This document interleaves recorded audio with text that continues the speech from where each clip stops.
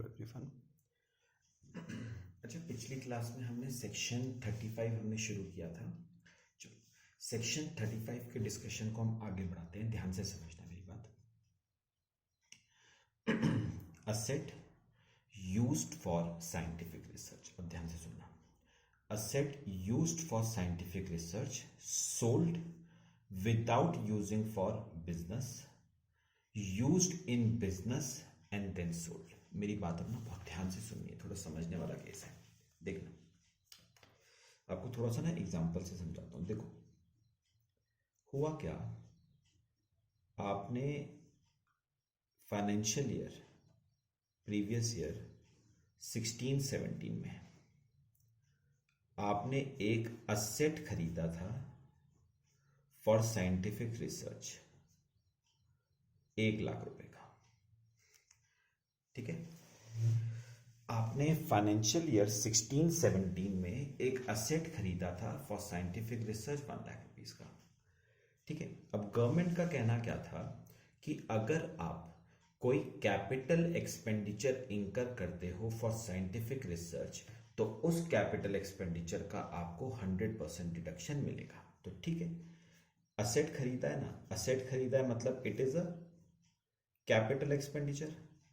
Capital expenditure है तो इसका क्या मिलेगा, डिडक्शन मिलेगा अंडर सेक्शन 35। तो हुआ क्या, हमने पीएल बनाया 16-17 का, और 16-17 के पीएल में गवर्नमेंट ने आपको डिडक्शन दे दिया अंडर सेक्शन 35। कितना, 100%।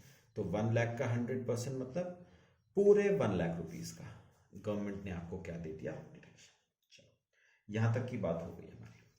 अब क्या हुआ, अब प्रीवियस ईयर 1920 में आपने ये असेट जो साइंटिफिक रिसर्च के लिए खरीदा था आपने, ये असेट आपने बेच दिया।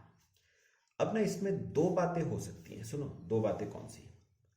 इसमें पहली बात क्या हो सकती है कि इस असेट को आपने साइंटिफिक रिसर्च के लिए यूज करा, और जैसे ही साइंटिफिक रिसर्च आपकी कंप्लीट हो गई आपने इस असेट को बेच दिया। मतलब ये असेट आपने बिजनेस में इंट्रोड्यूस नहीं करा, बिजनेस में यूज करे बगैर आपने इस असेट को बेच दिया।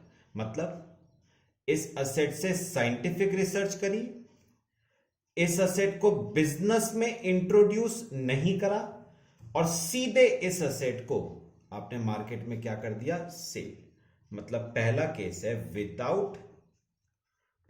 है विदाउट यूजिंग फॉर बिजनेस। अच्छा, दूसरा केस क्या है, आपने इस असेट से साइंटिफिक रिसर्च करी, जैसे ही रिसर्च कंप्लीट हो गई आपने इस असेट को बिजनेस में इंट्रोड्यूस कर दिया, और फिर बिजनेस में इंट्रोड्यूस करने के बाद आपने इस असेट को बेचा। मतलब आपने इस असेट को बेचा है आफ्टर यूजिंग फॉर बिजनेस। ठीक है, 2 केस हमें डिस्कस करने हैं। पहला केस, आपने इस असेट को बिजनेस में यूज करे बगैर, बिजनेस में इंट्रोड्यूस करे बगैर बेच दिया। और दूसरा केस है, आपने इस असेट को पहले बिजनेस में इंट्रोड्यूस किया फिर बेचा। चलो, क्या होंगे दोनों केसेस, एग्जांपल से समझते हैं। देखना, अच्छा मैं पहला केस बात कर रहा हूं, आपने इस असेट को बेच दिया विदाउट यूजिंग फॉर बिजनेस। ध्यान से सुनिए मेरी बात। पता है गवर्नमेंट ने क्या कहा, सुनो गवर्नमेंट ने क्या कहा। गवर्नमेंट ने कहा अगर आपने साइंटिफिक रिसर्च असेट को बिजनेस में यूज करे बगैर बेचा तो हम जितनी डिडक्शन हमने आपको दी थी उतनी डिडक्शन हम क्या कर देंगे, रिवर्स कर देंगे। मतलब मेरे को एक बात बताओ, कौन से साल में बेचा आपने ये असेट?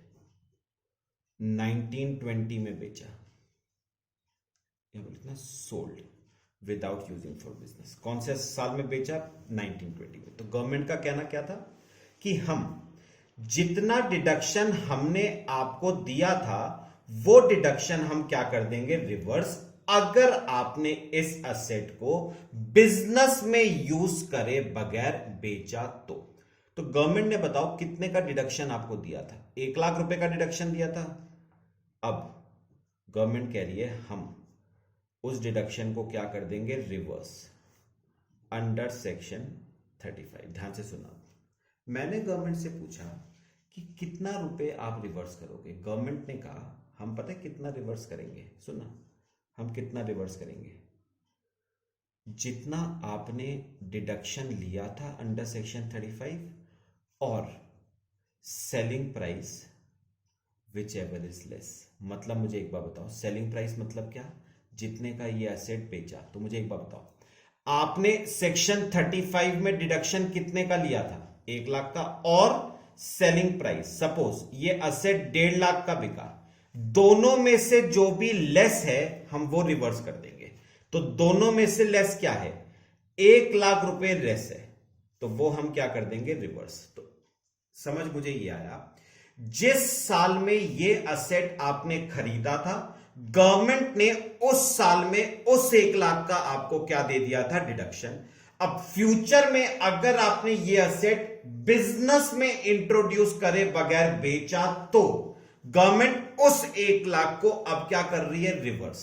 मतलब 1 लाख को उस वक्त पे डेबिट किया था, अब क्रेडिट करा, बात खत्म।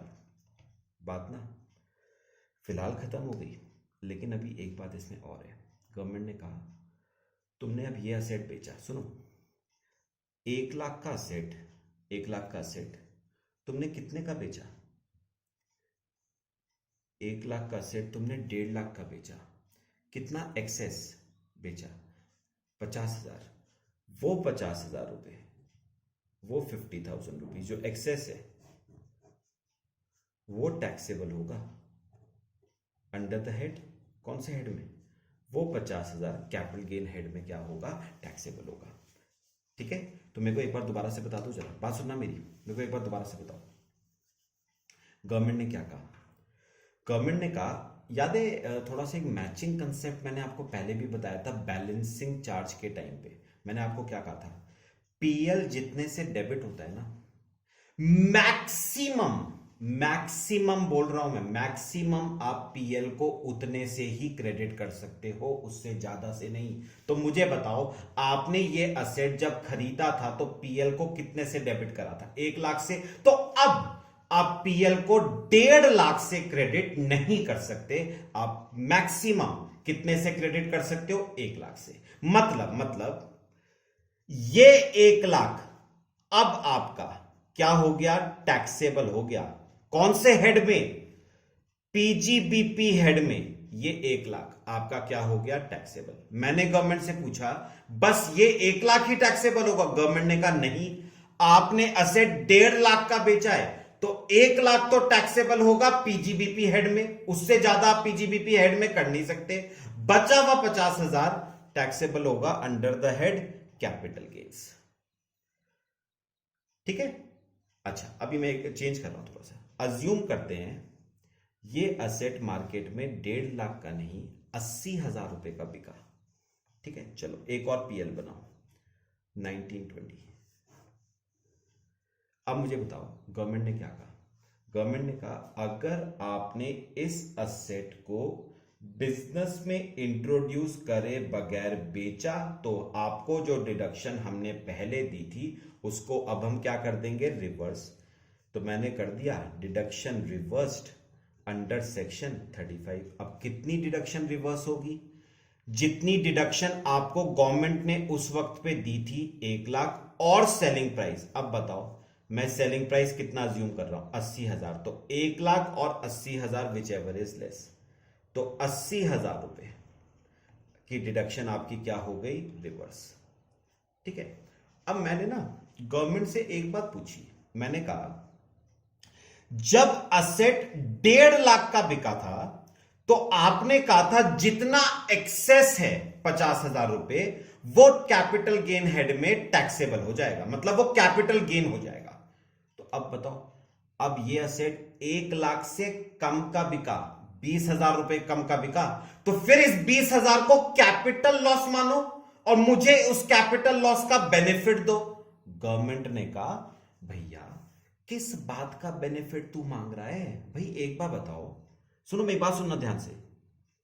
दो पीएल है, देखो मुझे बताओ, जब आपने ये एसेट खरीदा था पीएल को कितना डेबिट किया था? 1 लाख से डेबिट किया था।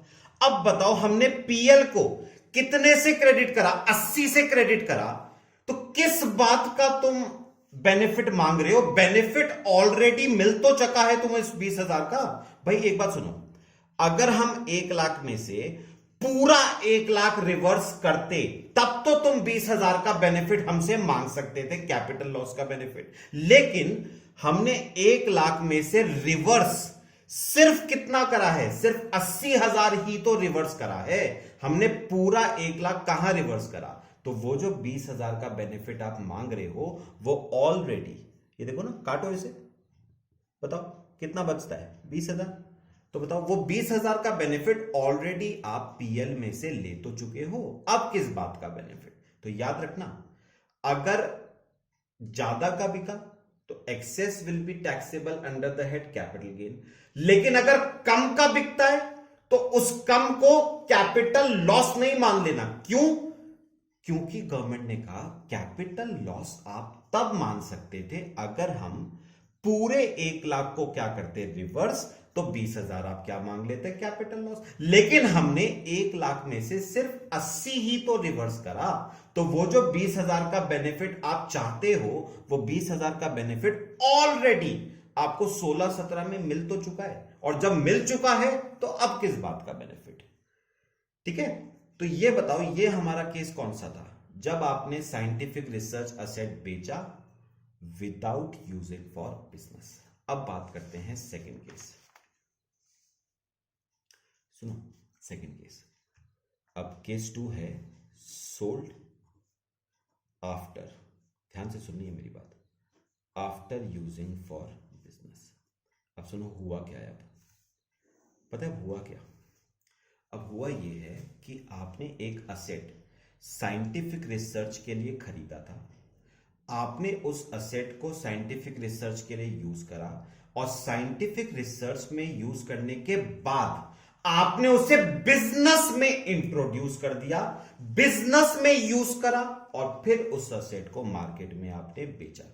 तो एक बात इंपॉर्टेंट ये है कि पहले आपने वो असेट साइंटिफिक रिसर्च के लिए यूज करा, फिर आपने उस असेट को बिजनेस में इंट्रोड्यूस किया,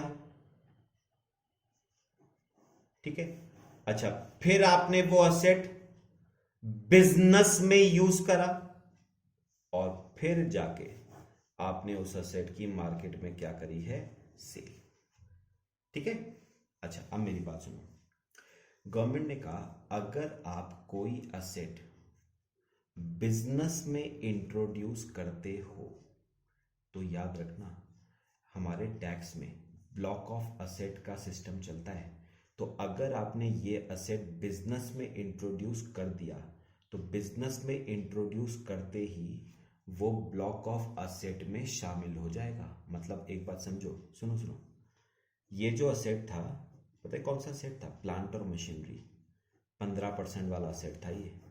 तो पता है उन्होंने कहा अगर आपने ये असेट बिजनेस में इंट्रोड्यूस करा तो याद रखना ये प्लांट और मशीनरी का जो 15% वाला ब्लॉक है ना, ये असेट उस ब्लॉक में चला जाएगा। मैं दोबारा बोल रहा हूं, अगर आपने ये असेट बिजनेस में इंट्रोड्यूस करा तो जो ब्लॉक है ना, किसका? प्लांट और मशीनरी का। कौन सा वाला?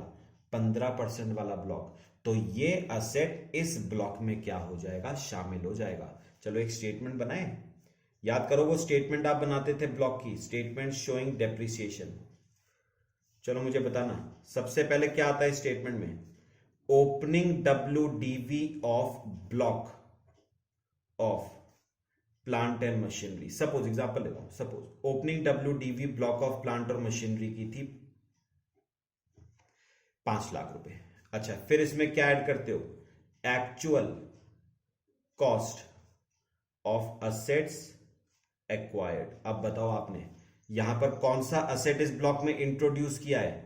साइंटिफिक रिसर्च वाला असेट आपने इस ब्लॉक में बताओ क्या करा है? इंट्रोड्यूस। अब ये इंपॉर्टेंट बातें कर रहा हूं, मुझे ये जानना है ये साइंटिफिक रिसर्च वाला असेट ब्लॉक में कितने अमाउंट पे आएगा? ऑल वैसे ना ये साइंटिफिक रिसर्च असेट कितने का था? 1 लाख का था, है ना? 1 लाख का था ये असेट। मुझे जानना है ये वाला असेट ब्लॉक में 1 लाख पे ही आएगा या किसी और वैल्यू पे आएगा? थोड़ा सा ना समझ के देखना। आप लोग लिखना मत अभी, पहले समझना।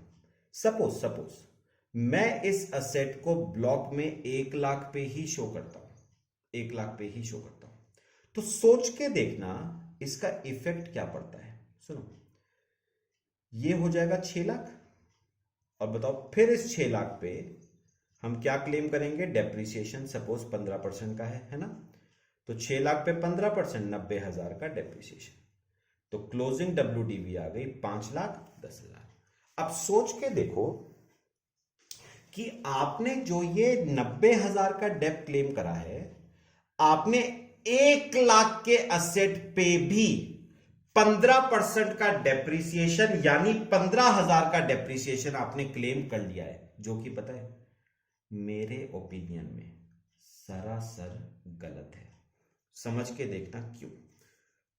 मुझे ना एक बात बताओ, आप एक असेट पे ध्यान से सुनना मेरी बात, आप एक असेट पे गवर्नमेंट से कितने बेनिफिट्स आप चाहते हो? आप मुझे खुद बताओ भाई, एक असेट पे कितने बेनिफिट चाहते हो आप? मैक्सिमम एक असेट पे एक ही बेनिफिट तो मिलेगा। अब मुझे एक बात बताओ, आपने जब ये साइंटिफिक रिसर्च असेट खरीदा था तो पहले मुझे बताओ गवर्नमेंट ने आपको पूरे 100% का डिडक्शन उसी वक्त दे दिया था या नहीं?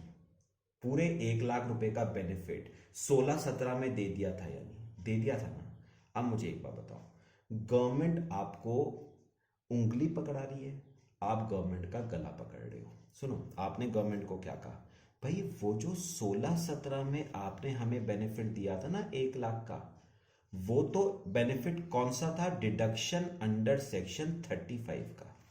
अब हमें 1 लाख रुपए का और बेनिफिट चाहिए in the form of depreciation under section 32। ये देखो, आपने 1 लाख पे 15%, 15,000 का क्या क्लेम कर लिया? डेप्रिसिएशन। WDV बची 85, अगले साल फिर 15% क्लेम करोगे, फिर 15%, फिर 15%। तो मुझे एक बात बताओ, गवर्नमेंट ऑलरेडी आपको जब 1 लाख का बेनिफिट दे चुकी है अंडर सेक्शन 35, तो कितने बेनिफिट्स आप चाहते हो? पहले आपने बेनिफिट ले लिया डिडक्शन के नाम से, अब आप बेनिफिट चाहते हो डेप्रिसिएशन के नाम से। ऐसा नहीं होता है। अगर गवर्नमेंट आपको एक बेनिफिट उस असेट पे ऑलरेडी दे चुकी है पूरे 1 लाख का, तो अब किस बात का बेनिफिट? तो याद रखना, इस साइंटिफिक रिसर्च असेट की कॉस्ट को जीरो माना जाएगा। जीरो क्यों? क्योंकि गवर्नमेंट कह रही है हम इस असेट पे आपको डेप्रिसिएशन अलाउ नहीं कर सकते। क्यों नहीं कर सकते भाई? क्योंकि हम आपको ऑलरेडी 1 लाख रुपए का बेनिफिट इस असेट पे दे चुके हैं। तो भाई 1 लाख के असेट पे मैक्सिमम बेनिफिट 1 लाख का ही तो मिलेगा ना। तो ऑलरेडी आपको 1 लाख का बेनिफिट डिडक्शन के नाम पे दे तो चुके हैं। अब आप कह रहे हो वो 1 लाख का बेनिफिट तो डिडक्शन के नाम पे था, अब हमें 1 लाख का बेनिफिट तो डेप्रिसिएशन के नाम पे। तो ऐसा तो नहीं होता ना। तो इस असेट की कॉस्ट को, ये ब्लॉक में आएगा, ये असेट ब्लॉक में आएगा लेकिन जीरो वैल्यू पे आएगा। तो अब बताओ ये कितना हो गया? 5 लाख। और 5 लाख पे 15% कितना डेप आएगा? 75,000। तो ये बचेगा 4,25,000। ठीक है, चलो मैं इसी को ना भी जरा थोड़ा सा आपको एग्जांपल एक और करा रहा हूं, सुनो। और इसी को मतलब थोड़ा एक चीज ऐड कर रहा हूं। बनाओ फिर से स्टेटमेंट शोइंग डेप्रिसिएशन। सबसे पहले opening WDV of block of plant and machinery. कितने की प्लांट और मशीनरी ऑलरेडी थी हमारे पास ब्लॉक में? 5 लाख रुपए की थी। इसमें हमने ऐड किया actual cost of assets acquired. बताओ कौन सा असेट इस ब्लॉक पे शामिल हुआ? साइंटिफिक रिसर्च वाला असेट इस ब्लॉक में शामिल हुआ, लेकिन किस वैल्यू पे? 0 पे। अब हुआ क्या? अब हमने यही साइंटिफिक रिसर्च वाला असेट बेच दिया। तो क्या लिखते हो? Money received on sale. कौन सा असेट बेचा है? यही साइंटिफिक रिसर्च वाला असेट हमने मार्केट में बेच दिया। वही सेम ट्रीटमेंट होगा जो सेक्शन 32 में किया था। पता है कितने का बिका? 1.5 लाख रुपए का बिका। वही सेम, कुछ चेंज नहीं कर रहा हूं। तो WDV फॉर डेप्रिसिएशन पर्पस कितनी बच गई? 3.5 लाख। इस पे बताओ क्या लगाओगे? डेप्रिसिएशन। मुझे बताओ इस 3.5 लाख में नया वाला असेट है या पुराना ही असेट है? पुराना ही असेट है। तो 3.5 लाख पे, भाई नया वाला तो बिक गया ना, तो 3.5 लाख पे 15% लगा लो। कितना आता है? 52,500 का डेप्रिसिएशन। बस ये आ गया 297,500।